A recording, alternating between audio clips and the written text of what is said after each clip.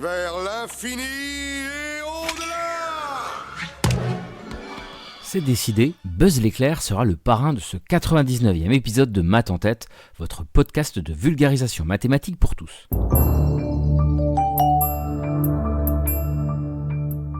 Bah oui, il est grand temps d'en discuter, de cette notion d'infini, quand même. L'infini, c'est grand comment ? Un épisode que j'ai initialement écrit et eu l'honneur de réaliser pour le podcast Science Infuse du studio Biloba, dans sa période mathématique. Je vous encourage d'ailleurs à aller plonger dans ce podcast pour déguster ses arômes scientifiques. Physique, chimie, biologie et maths donc. Le lien est en description, mais vous le trouverez facilement sur toutes les plateformes d'écoute. En attendant, en route pour l'infini.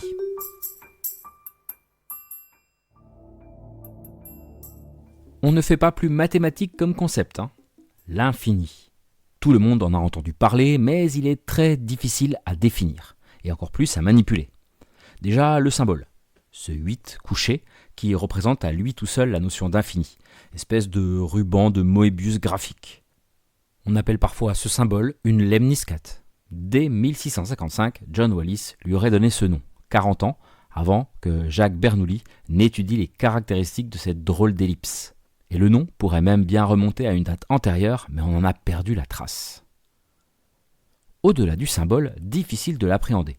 Vous avez déjà entendu un petit enfant vous dire qu'il sait compter jusqu'à 100. Vous lui avez d'ailleurs peut-être expliqué qu'en ajoutant 1, il pouvait dépasser les limites de sa comptine numérique. Puis pareil avec 1000 et 1 million. J'ai déjà compté jusqu'à 6. Jusqu'à 6. Après 5, il y a 6. Et après 6? Après 6, il y a 7. Mais on l'a pas encore lu. Puis après 7, il y a 6. Après 7, il y a 8. Il y a 8. Mais il est où, le bout ? Eh bien, il n'y en a pas. Et ce n'est que le début des bizarreries. L'infini est contre-intuitif, à l'origine de pas mal de paradoxes et de contradictions. Vous avez déjà entendu parler de l'hôtel de Hilbert, par exemple ?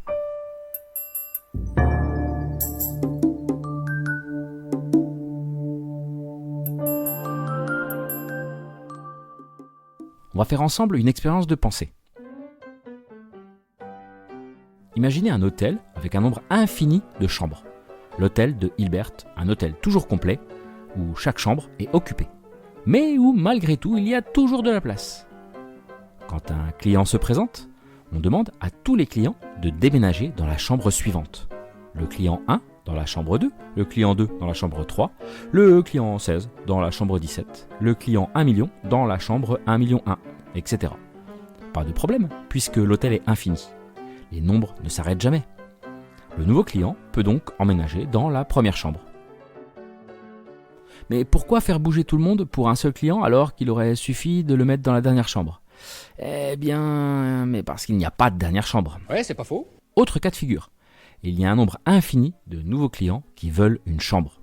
Comment trouver une chambre à une infinité de clients alors qu'une infinité de chambres est déjà occupée ?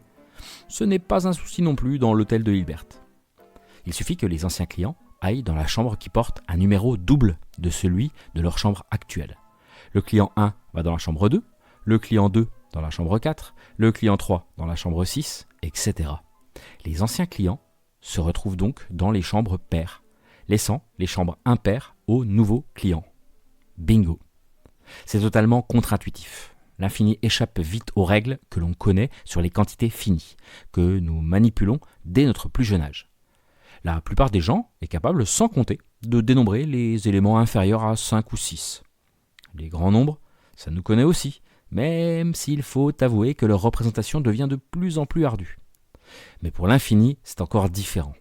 Intuitivement, on ignore comment les éléments infinis fonctionnent.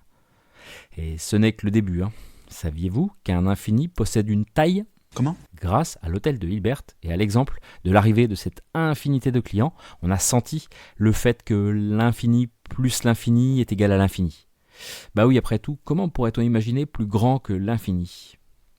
Mais Georges Cantor a prouvé en 1871 que les infinis peuvent avoir des tailles différentes.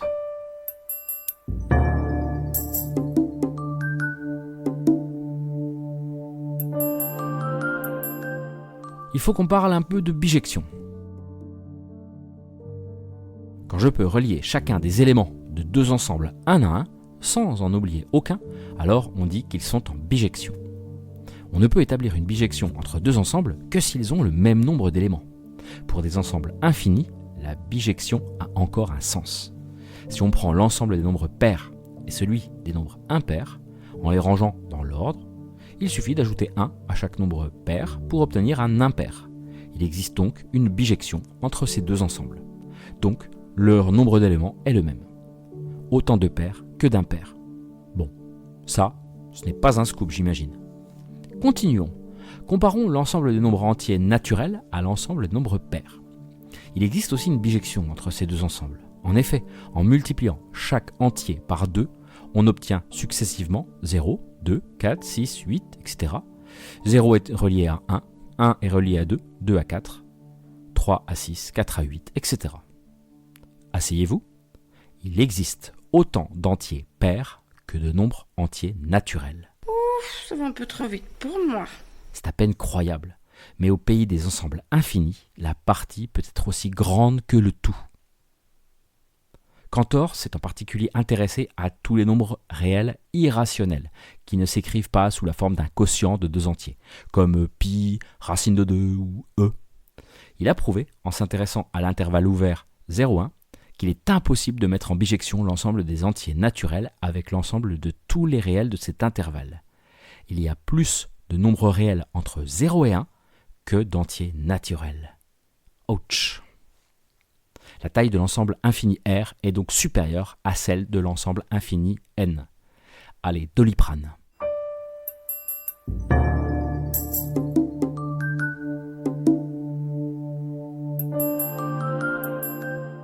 Tout ceci est difficile à concevoir. Revenons à plus abordable peut-être. Que dire de l'infini plus 1 ? Ça vaut l'infini aussi ? On peut se dire qu'un océan infini auquel on a ajouté une larme reste l'océan. L'infini plus 1 égale l'infini, ok. Mais si on retire l'infini de chaque côté de notre égalité, on obtient quoi alors ? 1 égale 0 ? Aïe. Il faut oublier tout ce qu'on connaît, toutes les règles d'arithmétique qui nous sont coutumières. Juste l'addition déjà est source de surprise. Revenons à l'hôtel de Hilbert et imaginez que le directeur, le fantôme de David Hilbert, vérifie une à une les chambres de son établissement. Il est capable d'effectuer cette tâche en 1 minute. Toutes les chambres, en 1 minute. Rappelez-vous, cet hôtel échappe aux règles du fini. Comment s'y prend-il ? Il passe une demi-minute dans la chambre 1, un quart de minute dans la 2, un huitième dans la 3, etc., etc., etc. La moitié moins de temps dans une chambre que dans la précédente. Un demi, plus un quart, plus un huitième, plus un 16e, plus 1 sur 32, plus etc. égale 1. On retrouve la fameuse minute. C'est un peu bizarre, mais en découpant un carré en 4 carrés identiques, et en poursuivant ce découpage dans un des carrés d'angle, on arrive encore à le concevoir.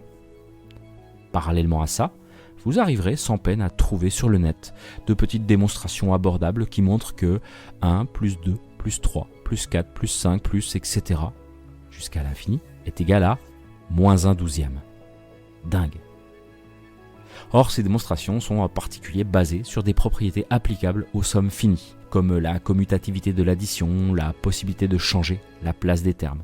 Vous savez, a plus b égale b plus a. Mais que dire des sommes infinies ? A-t-on ce droit ? Là est la question. Allez savoir, peut-être qu'on peut le prendre, après tout. Ces démonstrations ne sont définitivement ni vraies ni fausses. Elles s'octroient juste le droit de faire certaines choses interdites dans d'autres contextes. En 1948, le physicien néerlandais Hendrik Casimir, lancé dans ses travaux de recherche en physique quantique, se trouva bloqué dans ses calculs par cette fameuse somme infinie d'entiers positifs. Plutôt que d'arrêter là et d'aboutir à une contradiction, il s'autorisa le résultat moins 1 douzième. Et vous savez quoi ? Les expériences in vivo basées sur les calculs de Casimir s'avérèrent totalement correctes. Il faut bien des éclaireurs audacieux pour créer des chemins de brousse dans la jungle des nouvelles idées. Et l'histoire des sciences regorge de cas où l'on a utilisé des concepts auparavant interdits pour débloquer des situations bien concrètes.